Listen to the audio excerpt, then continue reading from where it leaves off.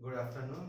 मैंने आप सब लोगों को केमिकल बॉन्डिंग पढ़ा दिया था, बट जैसा कि मेरी बात हुई है तो कुछ स्टूडेंट्स हैं जिनको इलेक्ट्रॉनिक कन्फिग्रेशन के बारे में कोई आइडिया नहीं है और उनको नहीं पता कि इलेक्ट्रॉनिक कन्फिग्रेशन क्या होता है।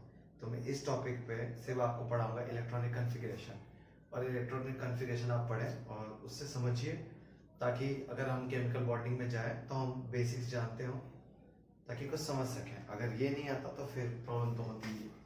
लेट्स सी, सबसे पहले मैं लिखता हूँ कि जनरली इलेक्ट्रॉन कैसे फुलफिल होते हैं किसी भी चीज। ओके, तो ट्रेंड हमारा ये होता है।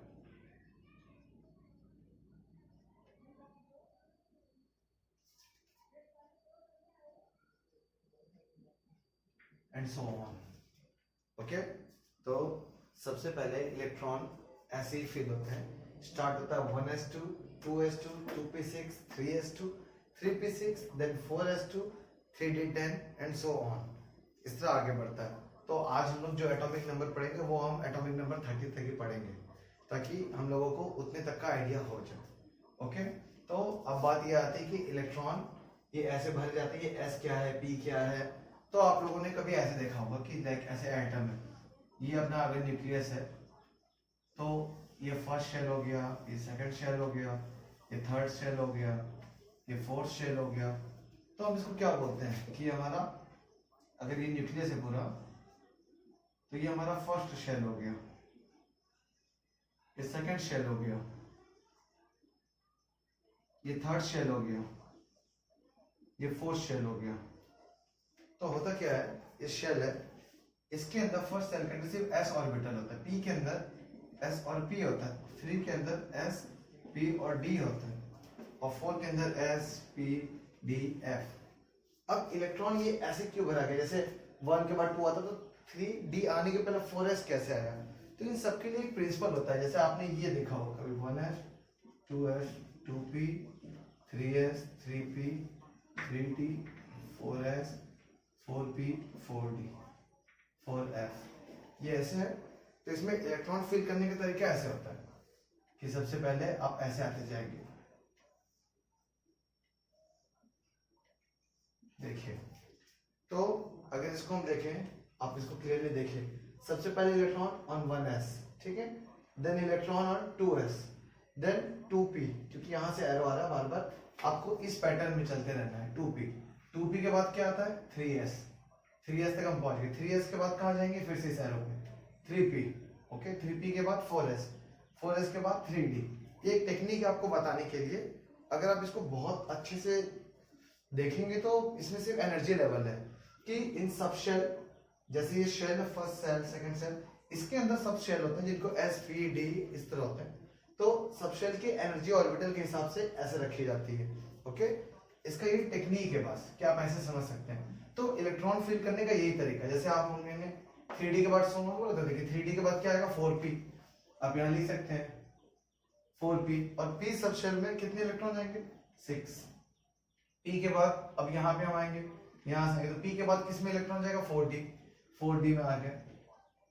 तो ये चीजें ऐसे ही चलती हैं, ठीक है, सो ऑन। तो इसको अभी रब करते हैं, अब एटॉमिक नंबर पे देखते हैं।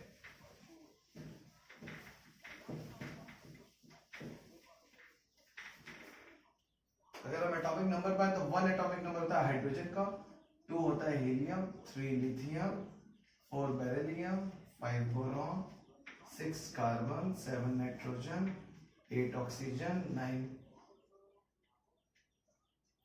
सॉरी फ्लोरीन, 10 आपका नियॉन। ओके, तो ये इस तरह है। ओके, अब अगर हम इलेक्ट्रॉन फिल करना स्टार्ट करेंगे तो एक बार फिर से रूल लिख देते हैं, 1s2 2s2 2p6 3s2 3p6 4s2 3d10। Okay, तो मैंने ये रूल लिख दिया है। अब यहाँ पे आते हैं, तो अगर हीलियम पे आएंगे तो हीलियम पे सबसे पहला इलेक्ट्रॉन किस में जाएगा 1s। 1s में कितने इलेक्ट्रॉन, हाइड्रोजन के पास एक इलेक्ट्रॉन होता है, तो वो एक इलेक्ट्रॉन इसके पास आ गया। हीलियम पे आए, हीलियम भी 1s, हीलियम के पास कितने इलेक्ट्रॉन है 2, तो ये ऐसे आ गया। अब इनको अगर ऑर्बिटल में देखेंगे तो ये देखिए s ऑर्बिटल में सब शेल में ऐसे है, इनमें एक इलेक्ट्रॉन आ गया एक स्पिन पे। फिर हीलियम पे गए, दोनों स्पिन के इलेक्ट्रॉन आ गए, ये आप लोग पढ़ चुके होंगे, बट मैं ऐसे याद करा दे रहा हूँ कि आप लोगों को फिर से याद आ जाए। ओके, फिर इसके बाद लिथियम पे है 1s2 2s1। ओके, तो इस पे क्या, पहले 1s के 2 इलेक्ट्रॉन, फिर 2s के 1 electron. Okay, beryllium 1s2 2s2, इसके 2 इलेक्ट्रॉन, इसके 2 इलेक्ट्रॉन, ये है 1s ऑर्बिटल, ये है 2s ऑर्बिटल, ये है 1s ऑर्बिटल, ये 2s। जैसे हम बोरॉन पे आएंगे तो इसमें क्या हो जाएगा 1s, s में मैक्सिमम, जैसे कि एक इस ऑर्बिटल एक है अपना सबसे, इसके अंदर सिर्फ 2 ही इलेक्ट्रॉन जा सकता है, उससे ज्यादा नहीं जा सकता। s का जब भी बात आएगा तो ऐसे होगा, p के अंदर ये 3 ब्लॉक्स होते हैं। ओके, d के अंदर ये 5 होते हैं, f के अंदर 7 होते हैं। तो s के अंदर से 2 इलेक्ट्रॉन जा सकते हैं मैक्सिमम, मैं दिखाता हूं आपको। p के अंदर जाएंगे 6 चले जाएंगे क्योंकि 3 ब्लॉक्स है, d में जाएंगे 10 चले जाएंगे क्योंकि 5 ब्लॉक्स है, f में ऐसे ही 14 चले जाएंगे। तो इसमें 10 इलेक्ट्रॉन जा सकते हैं, इसमें 6 इलेक्ट्रॉन जा सकते हैं, और f में 14 इलेक्ट्रॉन जा सकते हैं। ओके, तो ऐसे ही भरते हैं। अब बोरॉन पे है तो 1s2, सेकंड शेल का ऑर्बिटल आएगा इसके रूल के हिसाब से 2s2, पर ये कितना हो 2 to 4, बोरॉन 5 होता है, तो यानी एक एटम रह गया, सॉरी एक इलेक्ट्रॉन रह गया, तो 2p1। अब इसको बनाएंगे तो 1s2 2s2 3 बना दिए, एक इलेक्ट्रॉन फेल हो गया, ये हो गया 2p1। सेम चीज कार्बन के साथ आएंगे 1s2 2s2 2p2, देखें 2 इलेक्ट्रॉन, फिर 2 इलेक्ट्रॉन, फिर p में 2 इलेक्ट्रॉन जाना है,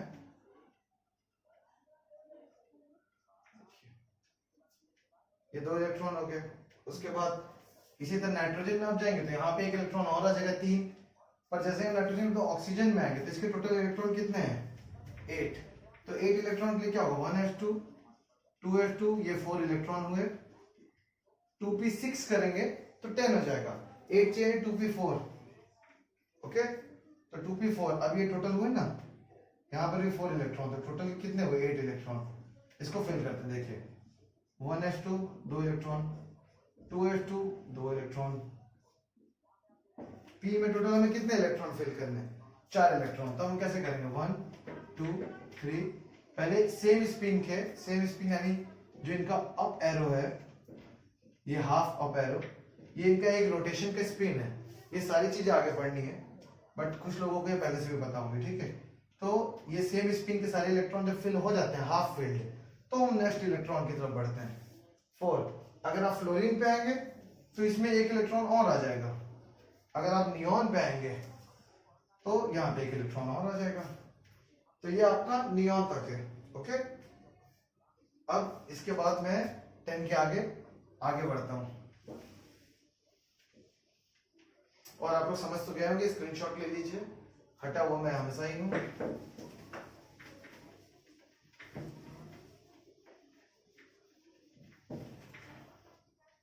नियॉन के बाद अगर हम 11 पे चले, सोडियम 12 पे चले,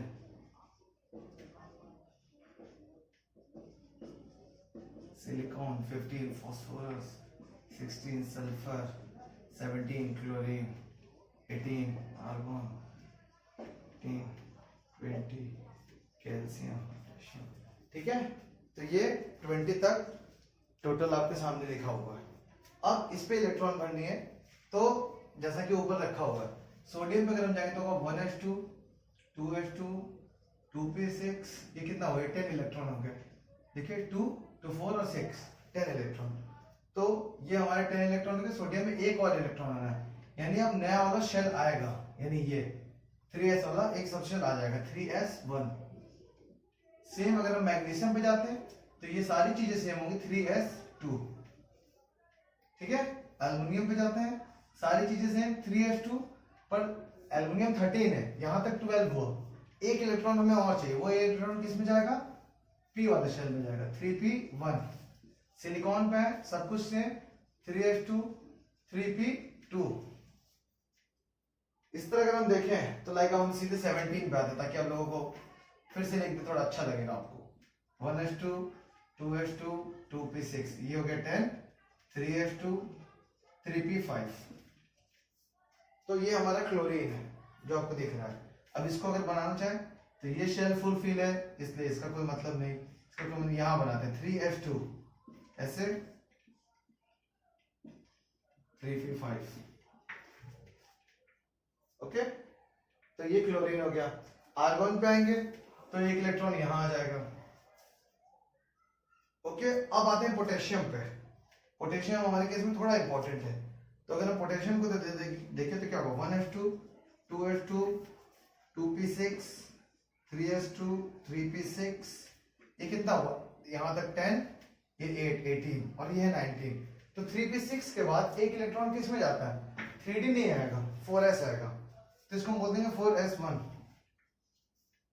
तो अगर इसका आप बनाएंगे तो यहां तक तो सेम है, बट 4s एक और ऑर्बिटल आ जाएगा जिसमें एक इलेक्ट्रॉन, एक और सबशेल में इलेक्ट्रॉन आ जाएगा। Okay, 4s1। कैल्शियम पे आएंगे सब कुछ सेम होगा, इसकी तरह बस 4s2 हो जाएगा। ठीक है, तो ये हमारे 20 तक है। 20 के बाद 30 तक चलते हैं। आप सबको 30 तक याद होना चाहिए। ओके, आइए 30 के साइड बढ़ते हैं, और इधर की जगह पूरी खाली है तो थोड़ा शिफ्ट करके करेंगे। 11th वालों के लिए ये होमवर्क है कि जो भी चीजें मैं ऐसे स्किप कर रहा हूँ कि जिसमें मैं बता नहीं रहा कि हाँ इसका ये है, तो आप लोग सारा इलेक्ट्रॉनिक कॉन्फ़िगरेशन खुद से लिखे 1 से लेकर 30 तक, उसके बाद उसको ग्रुप पे डालें ताकि मैं देख सकूं कि आप लोगों ने भी कुछ किया है, सिर्फ मैं ही नहीं कर रहा। ओके, अब हम करेंगे 21 22 23 24 25 26 27 28 29 30। ओके, तो 21 पे scandium, titanium, vanadium, chromium, manganese, iron, cobalt, निकल, कॉपर, जिंक। ओके, ये हैं 21 to 30। आपके ट्रांजिशन मेटल्स में आते हैं। ये आपको बहुत अच्छे से इतना 30 तक तो याद आना चाहिए। सिलेबस में आपके 36 तक है, बट आपको 30 तक याद होना चाहिए। ओके, तो 30 तक ही हम लोग डिस्कस कर रहे हैं अभी। अब इसको देखें तो स्कैंडियम पे क्या होगा, देखिए 1s2 2s2 2p6 sorry 3s2 3p6 18 हुआ, 4s2 20 हुआ, 4p नहीं है, अब आएगा 3d1। देखिए s के बाद 3d1, तो अब इसको काउंट करेंगे तो कितना होगा, 2 8 8 2 1। देखिए 2 8 10 18 20 21। ओके, तो s के बाद जो नेक्स्ट इलेक्ट्रॉन होगा वो d में जाएगा। ठीक है, तो ये आपका स्कैंडियम।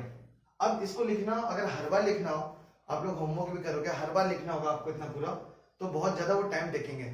तो इसको लिखने का ये तरीका होता है कि इसके पास वाला नोबल गैस देखते हैं कौन सा है। नोबल गैस आपको पता होगा ना, लास्ट के जो 18 ग्रुप एलिमेंट है, 18 group element, helium, neon, argon, krypton. तो इस हिसाब से जो नोबल गैस है तो आपको देखना है हीलियम, नियॉन, क्रिप्टन, ज़ेनॉन। ठीक है, तो अब इसका कितना है 21। 21 के सबसे नियरेस्ट है आर्गन 18।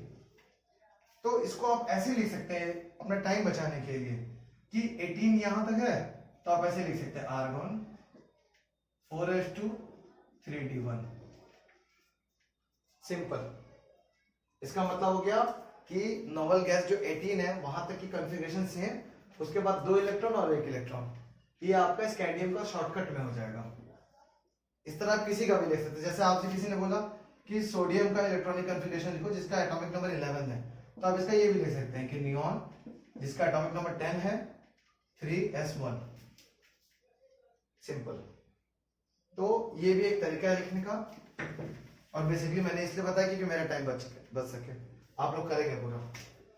वेनेडियम पे अगर आप आएंगे तो देखिए सेम आर्गन, ये हो गया 18 4s2 3d3। ओके, 18 20 23। क्रोमियम बहुत इंपॉर्टेंट है। क्रोमियम इसलिए इंपॉर्टेंट है क्योंकि इसका आप कैसे लिखेंगे, argon 4s2 3d4। Okay, but यहाँ पे इश्यू ये हो जाता है कि 3d4, अब आप इसको देखें 4s2 ये ऐसे हो गया,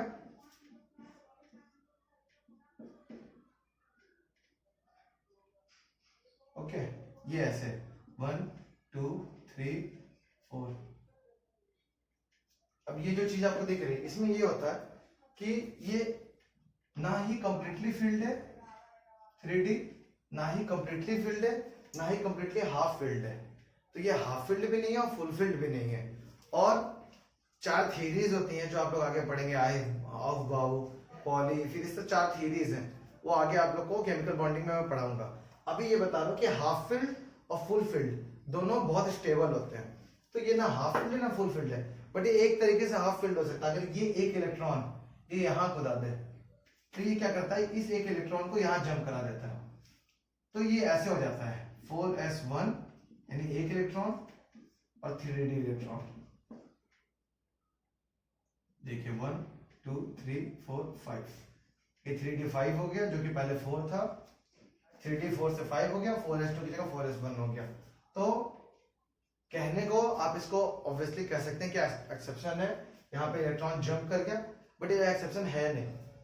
ये कॉमन सेंस की चीज है कि ये ज्यादा स्टेबल अगर हो सकता है तो ये अपने अंदर चेंजेस क्यों नहीं लाएगा। आपको भी अपने अंदर चेंज लाना चाहिए अगर आपको स्टेबल अपने आप को करना है तो, ठीक है। तो ये अपने आप को चेंज करने के लिए ऐसा कर लेगा 3d5 और s1। तो ये आपका बहुत अच्छा और इम्पोर्टेंट है क्रोमियम। अगर हम आयरन पे जाएंगे, सॉरी मैग्नीज पे जाएंगे तो 25। तो मैग्नीज के केस में बहुत ही सिंपल है, आप लोग ये देख लीजिए, मैं मिटा रहा हूँ, समझिए होगा, पॉज कर लीजिएगा। ओके, मैग्नीज पे जाएंगे तो आर्गन, फिर 4s2 3d5, सिंपल, क्योंकि ये 18 है, ये 20 हो गया 25।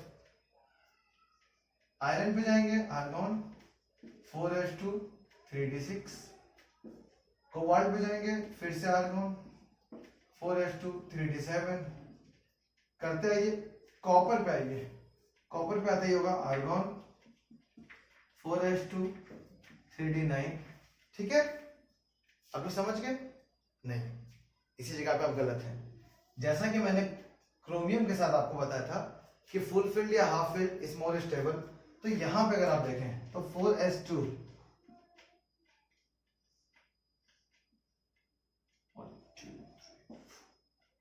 1 2 3 4 5 6 7 8 9, ठीक है। तो यहां पे क्या हो रहा है, यहां पे देखें 3d9 4s2, तो इस जगह पे क्या हो रहा है कि 3d9 ये भी ना फुल फिल्ड है ना हाफ फिल्ड है, और यहाँ पे 5 सब शेल है, डी के अंदर 5 है ऑर्बिटल्स जिसके अंदर इलेक्ट्रॉन है। तो इसकी एनर्जी स्टेबल करने के लिए सेम जैसे आपने क्रोमियम में था, सेम ये वाला इलेक्ट्रॉन उठ के क्या करेगा, यहाँ जंप कर जाएगा। तो जैसे वो इलेक्ट्रॉन वहां जाएगा, इसको क्या हो जाएगा, ये 4s1, देखेंगे ये फुलफिल हो जाएगा और इसमें एक इलेक्ट्रॉन हो जाएगा। तो ये इसके साथ होता है कॉपर के साथ। बट अगर हम इसकी जगह पे जिंक देखेंगे तो जिंक एकदम नॉर्मली आपका, जिंक के साथ तो कुछ भी नहीं है। आर्गन 4s2, सॉरी ये ब्रैकेट गड़बड़ हो गया मेरा, वो कॉमन सी चीज है, गड़बड़ तो होगा ही।